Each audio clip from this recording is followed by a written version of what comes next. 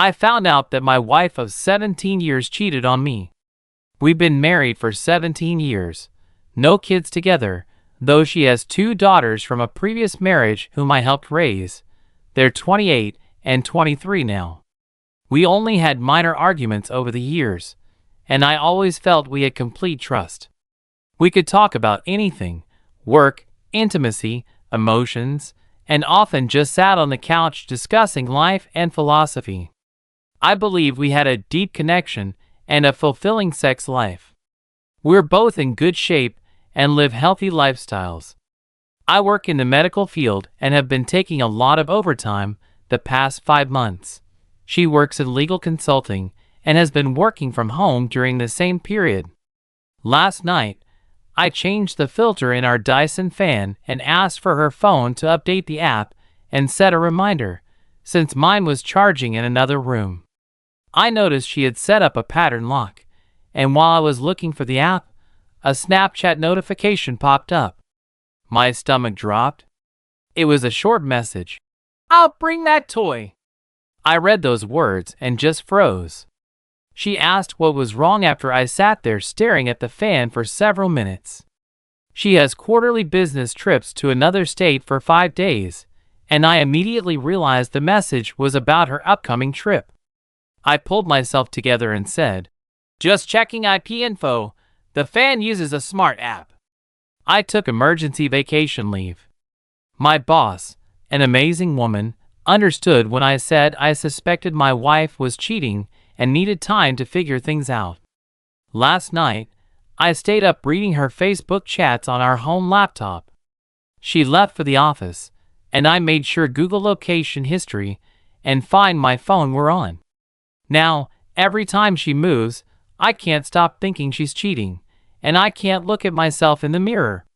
She has no idea I saw the notification. I accessed her Verizon messages, over 15,000 since February last year, memes, flirty texts, explicit photos, and adult content. She stopped texting him via Verizon 3 months ago, not because it ended but because they moved to Snapchat, which is more discreet. I don't use social media, so I had no clue. Turns out Snapchat only needs email and password, and she logged in from our home laptop. 3 nights ago, she was lying next to me, caressing my back while I fell asleep, and texting him, sexting him, right there. The guy is younger, a married co-worker with 3 small kids. I've shaken his hand twice. Now I walk through this house I built for her, and I don't understand what's happening. I don't even feel pain, just burning rage. I logged into Snapchat and saw everything. I called my best friend. He's been divorced 3 times. Don't ask about his taste in women, and he referred me to a tough divorce lawyer. I plan to screenshot and save all the evidence. I desperately want this to be a nightmare. She even talked to him about my insecurities. She told him, "I love you." They aren't planning a future, just hooking up. That somehow makes it both better and worse. She threw our life away for a fling. She knows cheating is a deal breaker for me. On the day of her business trip, I usually drive her to the airport and we share a long goodbye. I can't even imagine doing that now and pretending everything's fine. My friend said, "Print everything and try to recover the Snapchat messages." As far as I know, that's impossible without her phone. Today I'm seeing a lawyer. It's going to cost a fortune for an emergency consultation, but I want to start the divorce process as soon as possible and need a clear plan of action. I desperately want to fly after my wife, go to her hotel, and catch her red-handed. I have access to her booking info and added myself as her emergency contact, so I can get a key to her room without raising suspicion. I'm thinking I'll just log into her messengers once I'm in the city and watch it unfold in real time. If I manage to prep the paperwork in time, I might hand it to her right there. Otherwise, I'll just leave a folder with 600 pages of evidence in her room. Her lover's wife accepted my friend request, and I'm still debating whether to send her all the proof now. I'm burning with rage, but don't want to lose any advantage. I'll fly out Monday afternoon, log into her messages upon arrival, get the key, leave the folder and her wedding ring in the room, then sit at the bar and wait for my phone to explode. Then I'll call her lover, ask him to meet me in the lobby, and tell him to bring my wife. I'll say his wife already has the same folder mailed to her. But the more I think about it, the more I realize how petty and pathetic it is. I want to scream, break things, but I feel powerless. This morning I could only kiss her cheek goodbye. I can't even look her in the eye. I just need to survive until Monday. The question is my hateful, bitter revenge really worth it? Right now I just want to hurt her, crush her emotionally. I feel empty, humiliated. I won't accept any apology. This is unforgivable. Cheating is a series of choices, and each one could have been avoided before it was too late. Should I confront her tonight or catch her in the act? P.S. I found this special toy. They have a whole box of things, but this one was already in her carry-on. It's app-controlled and looks expensive. In 90 minutes, I meet the lawyer. Update: I met her. She's not only a pro but surprisingly compassionate. She told me, "It's my job to protect you and your future. Yours is to tell me the full truth and not make my job harder." I went to a print shop and printed everything, $5.34 for color because I wanted the photos to be clear. Big respect to Chris at the shop, who didn't make a scene when nudes started coming out of the printer. He just asked what it was for.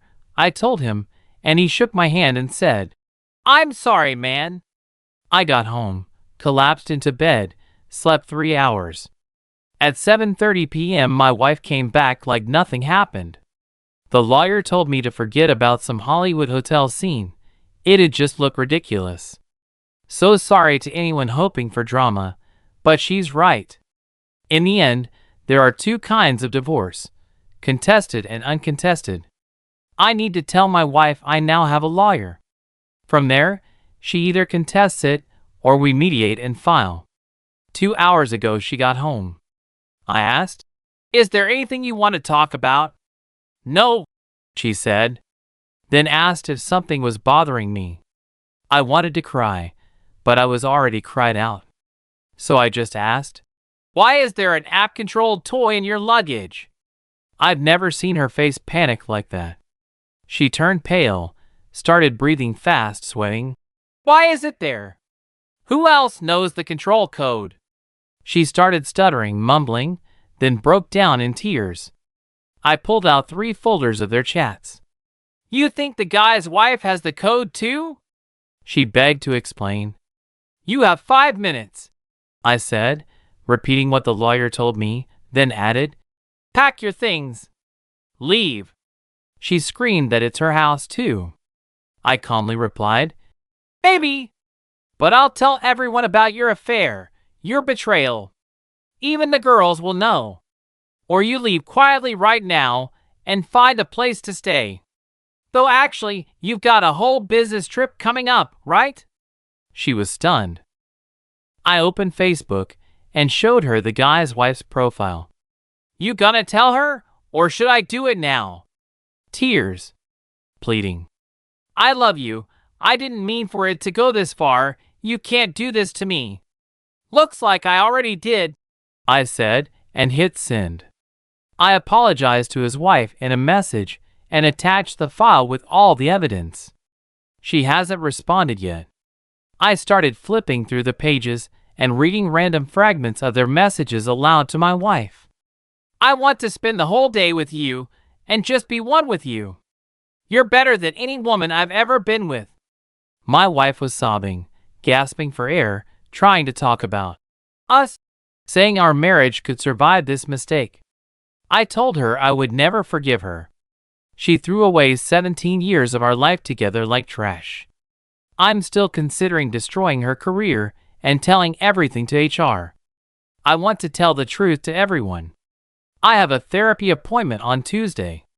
Right now, I feel a strange mix of relief and euphoria, but at the same time I'm shaking. I feel awful.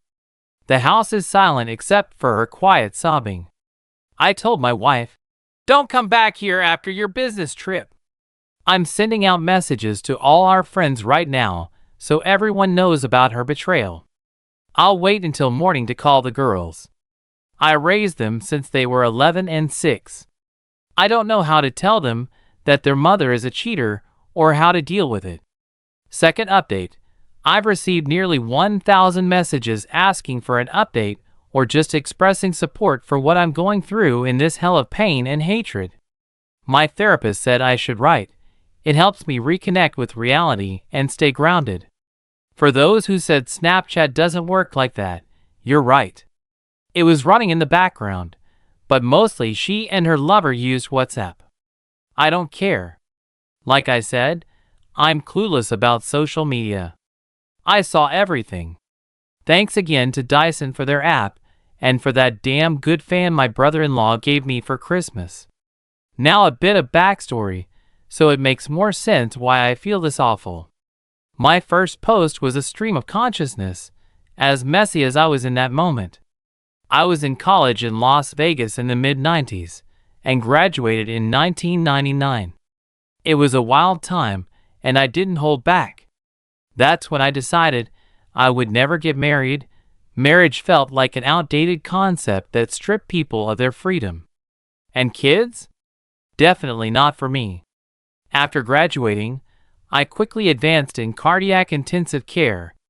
In 2001, I moved back to Texas and entered grad school to become a nurse practitioner specializing in cardiac surgery. At the same time, I started preparing for med school. That's when I met my future ex-wife. She was short, curvy, though now I'd say voluptuous, a fiery redhead. Things between us got intense fast. Within 3 months, we were saying, "I love you." She was a divorced mother of 2, and again, I didn't want kids. She'd just come out of another relationship with her ex when we met. We dated for around 2 years, and over time she started introducing me to her daughters, who were 11 and 6 at the time. One evening, she sat me down and had a serious but calm conversation about where our relationship was going.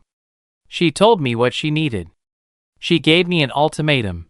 Either I was ready to marry her or we'd part ways. I was still anti-marriage, and she respected that, but she gave me time to think it through. She was right. We'd been living together for 8 months, were each other's emergency contacts, and all that was left was to get on the same insurance. It was an honest talk, and we decided to move forward, but I had to make a final decision. 2 weeks later, I got accepted into a med school 2 hours away. I was thrilled but crushed. I had just turned 26, was on the brink of something big, but I realized I'd barely see her or the girls. Doubts ate at me. Med school, residency, internship. That would be 7 years of barely earning and being buried in debt. I weighed all of it, the cost, the risk of losing her, the girls. I turned med school down and stuck to my master's. We got married in July 2003. It was a small ceremony with just family and close friends. My parents loved the girls, but were always reserved toward my wife. On Monday, when I told them she had cheated and the girls might no longer be part of their lives, they said they always saw her as damaged goods, divorced, and that she forced me into marriage. That hit hard, but in a way, they were right. After graduating with my master's, I didn't want to go into management. I preferred working with patients. The hospital offered ECMO training and perfusionist licensing. It was competitive, but I made it. For the last 11 years, I've worked in ECMO and loved it, even though it was demanding. Around 5 years ago, my wife decided that nursing shifts had worn her down. She wanted something calmer, 9 to 5, no patients, no stress. Through a friend, she got a job at a legal firm that handled medical legal cases. She processed medical records and formatted them for court. That was our life.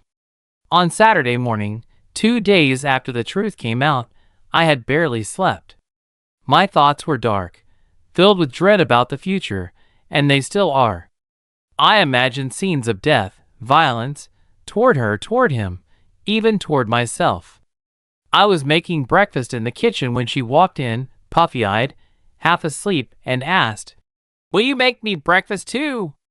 I silently threw the food into the trash right in front of her, then turned on the stereo and played music from my youth at an uncomfortably high volume, so she couldn't talk to me. Yes, childish, I know. Then I started flipping through the messages again, reading them in chronological order, not something I recommend anyone do. Around lunchtime, she came up again, this time with an accusatory tone, asking, "Why did you tell the lover's wife about everything?" I just stared at her for a long time, like I was trying to understand how she could even ask such a stupid question. I told her flat out, at least now the lover's wife has a chance to make an informed decision about her future, unlike me. It seems my message got through, and now the lover has major problems at home. She sat down on the couch and started crying uncontrollably. I told her I didn't have time for tears. I needed to finish handling everything. She asked quietly, with no arrogance or bravado left, what else I planned to do. I said, "Destroy your life. Make you feel the same pain you caused me."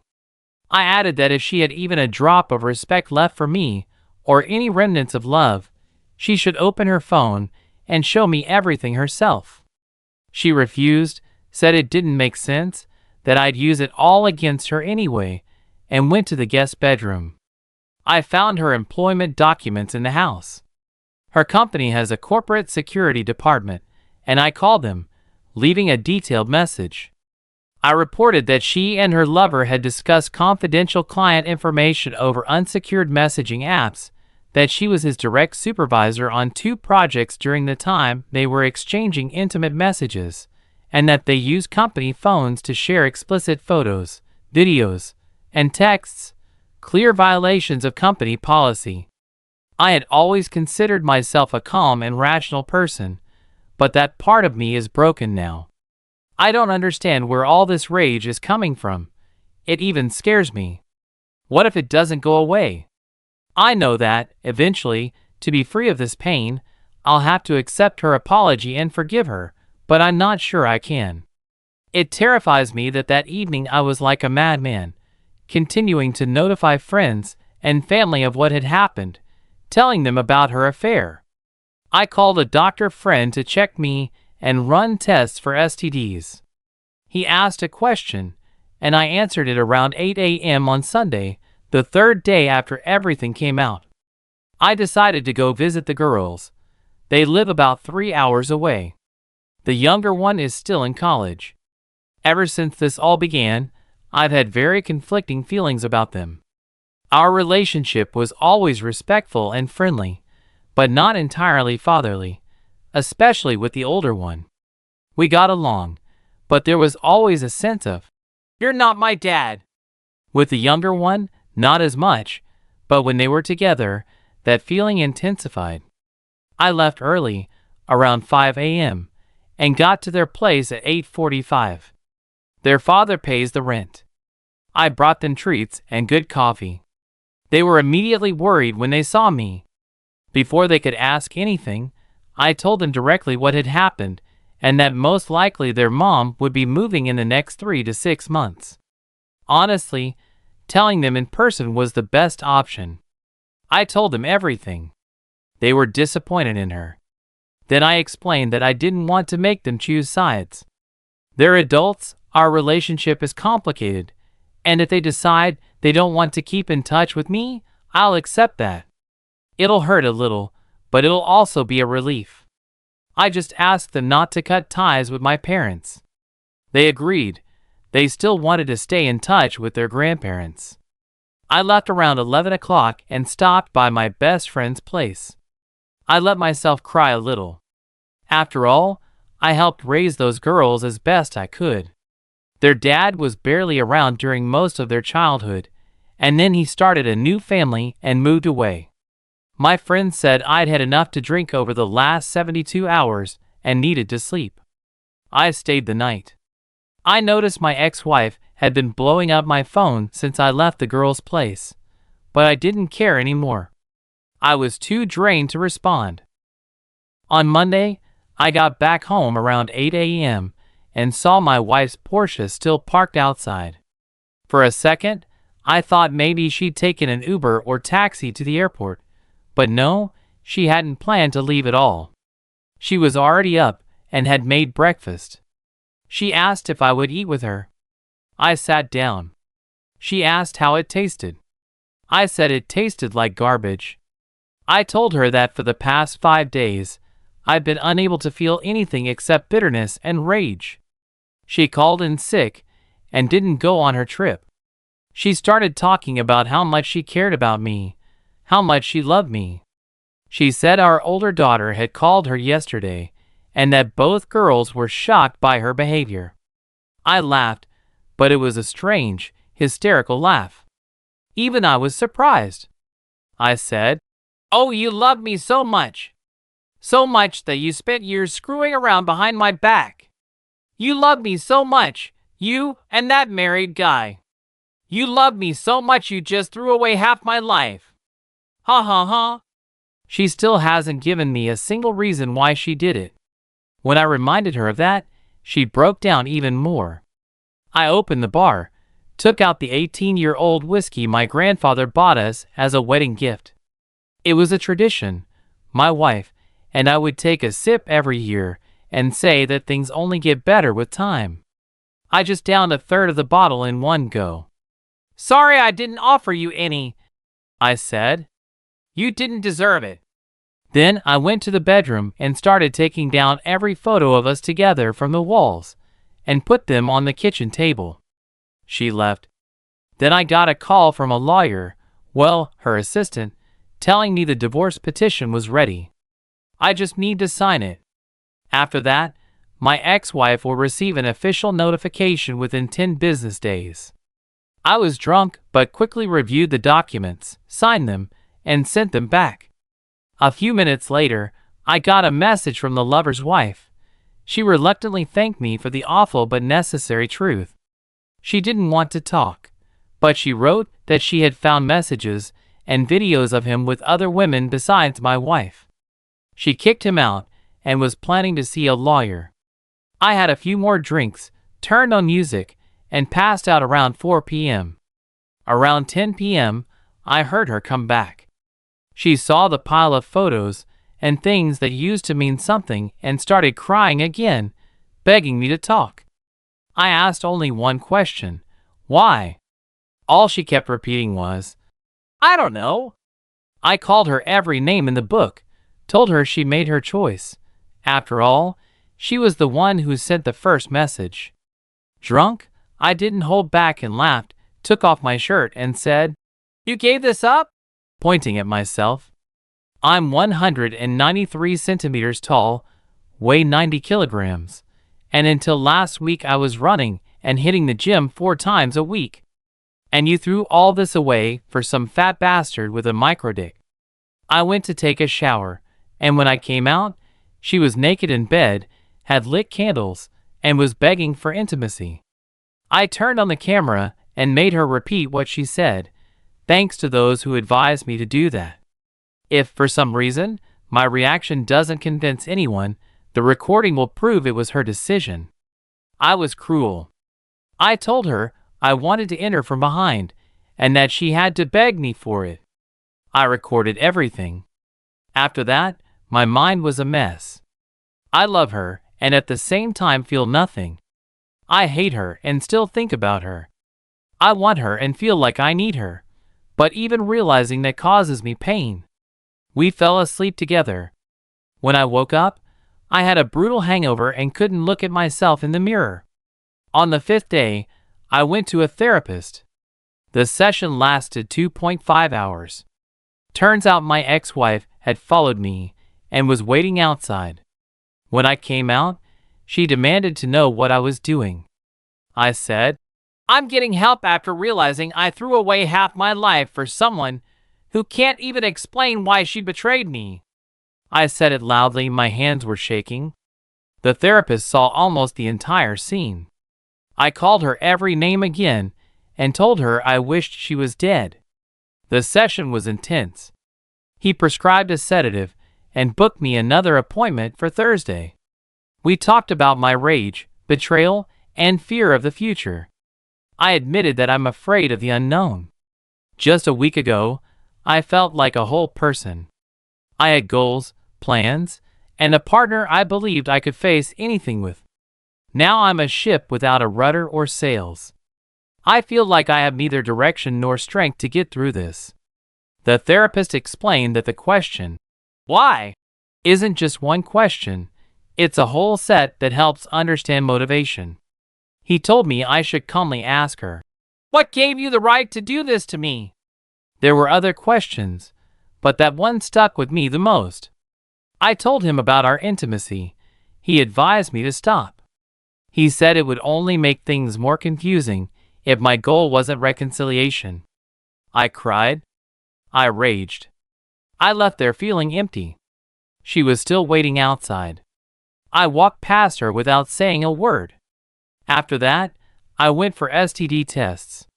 The doctor advised me to stop drinking and to take the sedatives with caution. I went home and started packing my things. I decided to move out. I called work and asked for a meeting with leadership. In this state, I couldn't work or make decisions that other people's lives depended on. I went to the hospital's administrative office, met with the leadership, and officially submitted my resignation with a 6-week notice. My job is highly specialized, and 6 weeks was the minimum respectful notice I could give. I explained briefly. My ex-wife's actions have created a stressful home environment, and if I stay, it will hurt patients, the team, and myself. I decided to leave town. After work, I went to get groceries. In the past week, I'd barely eaten more than a couple bites of food, mostly living off alcohol. I followed the advice of my therapist and doctor friend, cooked some food, and stopped drinking. When I got home, my ex was sitting in the dark in the living room with a glass of wine. She had the photos spread out and was looking through them. She had makeup on, was wearing a fancy dress, and had been crying. She got up and tried to hug me. I gently pulled away and showed her the recording on my phone. She started crying again and said the lover's wife had called and told her that he had other women too. She admitted she had been a complete fool and that all the names I had called her were justified. She begged me to think about us. I replied, "Why? You weren't thinking about us when you betrayed me." I said I was sorry her lies were exposed, but I knew she was more sorry about having to start over from scratch than about losing me. I kept going, told her I had called her company's corporate security, and reported the rules she broke. I didn't yell. I wasn't angry. I was shaking a little, but I felt everything pour out of me at once. I felt both relief and emptiness. When I finished, I put away the groceries, made myself a sandwich, and went to sleep. She was in my bed again. I turned on the recording on my phone and clearly set boundaries, that my therapist had spoken to me about intimacy, that in 17 years of marriage I had never once turned her down, but now I was saying no. I told her to go to the guest room. She refused. "All right then," I said. I woke up in the morning and found her curled up next to me again. I got up and did a light workout. I worked on my resume and sent out applications. Maybe by the end of the year, I'll be working in Seattle. I love my parents and will miss them, especially now that they're aging, but I can't stay in this city. I don't want to risk running into her again someday. I want to be free and not surrounded by reminders of my mistake. It was a gray day, raining. I met up with my best friend, told him what was going on in my life. We decided not to drink. The lawyer said my move wouldn't affect the financial split. I planned to live off my vacation pay through the end of October, then use my share of our savings to relocate and settle in. I feel empty. I try to laugh at my friends' jokes, but it's hard. I keep slipping into a void. My ex goes to the library. I track her movements through Google. She's reading books about family relationships. She got a call from work. I even overheard part of it. She has a meeting tomorrow. Every night, she stays in my bed. I'm confused. I want to feel something, but all I feel is hate and contempt. I no longer want intimacy for pleasure. I want brutality. Honestly, during rough sex on Monday, I felt something like a runner's high, but then came the crash, and the next day I was angry with myself. I started to doubt a little whether I really didn't want her back. I know she broke everything, but I'm not sure I'll ever forget or forgive. I told her the rules and turned on the recording. I made it clear that intimacy isn't reconciliation, that it's not a signal I want anything, that it's most likely just a hysterical connection, and that it's unhealthy. I warned her that I wouldn't be gentle, that I didn't care about her desires or feelings. She nodded with tears in her eyes, and quietly said she deserved it. Then she turned over and got on all fours. On Thursday, 7 days after it all started, I woke up, and she was pressed against me again. I lay there for a while, just listening to her breathing change. I could feel her looking at me. Without turning around, I asked what her meeting was about. She said it was with HR, and that it probably wasn't going to go well. I said, "Yeah, probably." She asked, "What can I do to make us okay again?" I stayed silent. Then she suggested an open marriage, said she wouldn't sleep with anyone, but I could. I scoffed. "No, I don't trust you." She admitted that was fair. We talked without looking at each other. It was easier that way. When I see her face, I get angry. I asked what I'd done wrong in the marriage, what she lacked so much. She said I was perfect. I scoffed again. Clearly, that wasn't enough. She said it was an adventure, that she lived off that adrenaline, and realized too late that if it ever came out or went wrong, it would destroy everyone. She said it was both a massive relief and an unforgettable pain. Later, I went to my therapist, told him about the job, about the responses I'd already gotten from my applications, and told him everything about my ex-wife, about our intimacy, the thoughts I'd had. He didn't judge. He just wanted to help me avoid getting even more lost. The session lasted nearly 2 hours, and again, I felt that strange calm, as if nothing mattered anymore. When I got home, she was sitting in the living room. She had been fired for violating client data protocols and information security policies. I said, "Well, that's a shame." I worked out, cooked a proper dinner. She sat down next to me, and we ate in silence. Then she said her lover had also been fired. I said, "Good." She said she hadn't spoken to him in 5 days. I asked, "Why not? You're both free now. Run to your love. Do whatever you want." She said the only person she wanted was me. I said, "No. You had me, completely, and that still wasn't enough." I reminded her that in 20 years of working and being in relationships, other women had made offers more times than I could count, but I never fell for anyone else. Now I'm filled with bitterness over all the compromises I made. She asked, "What compromises?" I told her I wanted to go to med school, but I got married instead for stability. That I didn't want kids, but I accepted her daughters because they were part of her. I sacrificed everything for us, but I was wrong. If I could go back in time, I'd tell my 26-year-old self to stay away from her. She asked again what she could do to bring us back. I said, "I'll never make compromises for you again. And that means we'll never have a real relationship." I said I would never love her again.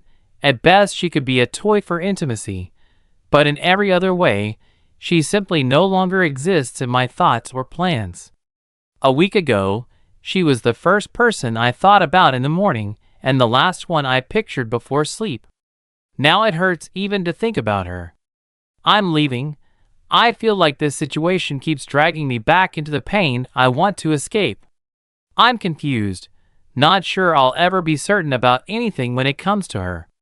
I have 2 therapy sessions a week for the next 4 weeks. It's been 5 weeks.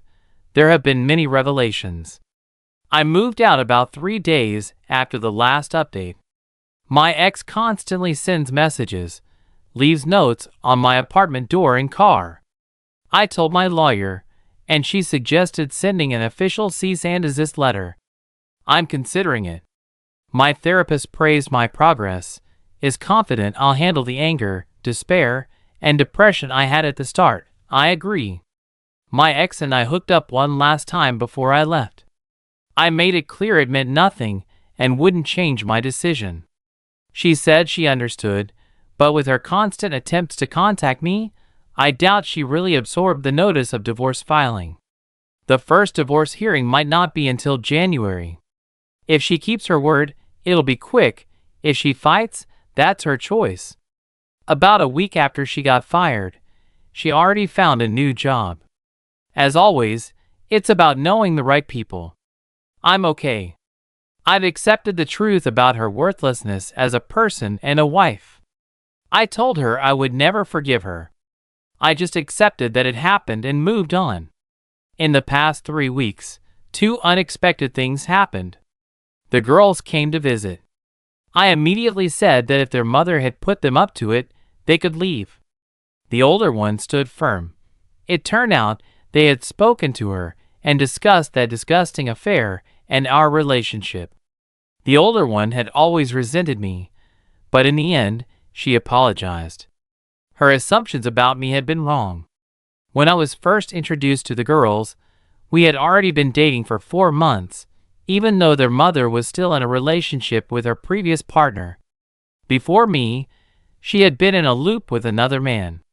The girls never knew their mother's first husband, who cheated on her. She forgave him and tried to save the marriage for a year, then started cheating herself, with that same guy. The girls had believed for years that I was that guy. Their father had spent years telling them how horrible their mother was for cheating, but never mentioned that he betrayed her first. So the older one apologized for all those years of negativity. It was another clear example of how betrayal and lies destroy families. Surprise number 2. A colleague from another department whom I've worked with for a long time. I decided to stay at the hospital as a temp and pick up extra shifts as needed. She found out about my divorce and all the gossip. After a few attempts to invite me out for drinks, I told her, "Either way, I won't be here much longer, and I'm not interested in a relationship." She just smiled, squeezed my hand, and said she didn't plan to be with me forever, just wanted to have fun. We spent a few nights together. She even helped me pack and drove me to the airport. She was also the one who picked me up from the airport after my interview in Seattle. I did great in the interview. A recruiter called me. He has tons of offers. I like the idea of working on contract and just staying with my parents between assignments. I don't know what I want. It's strange and a little scary. For the first time in my life, I'm not responsible for anyone else, just free. The lawyer said there won't be alimony or spousal support. We're in a no-fault divorce state, so the affair doesn't affect the process, but with evidence, it can affect the asset division.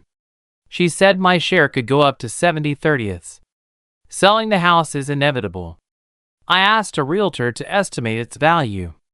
The amount will be significant, but of course no money will ever make up for 17 wasted years.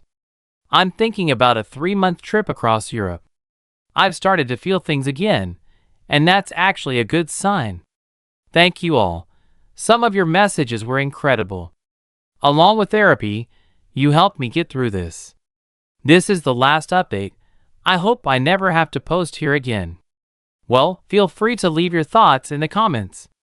I was intrigued by the fact that the people in this story are clearly not young, probably around 50, from what I understand. And you realize, there's apparently no age when you're guaranteed not to fall apart with your spouse. Turns out people cheat even in their 50s, and maybe even in their 60s. Though cheating at 60 is strange. Or is it? Maybe you have some stories about 60-year-old affairs? I'd be curious to hear them. Anyway, thanks for watching the video to the end. Check out our previous one here, and good luck to you.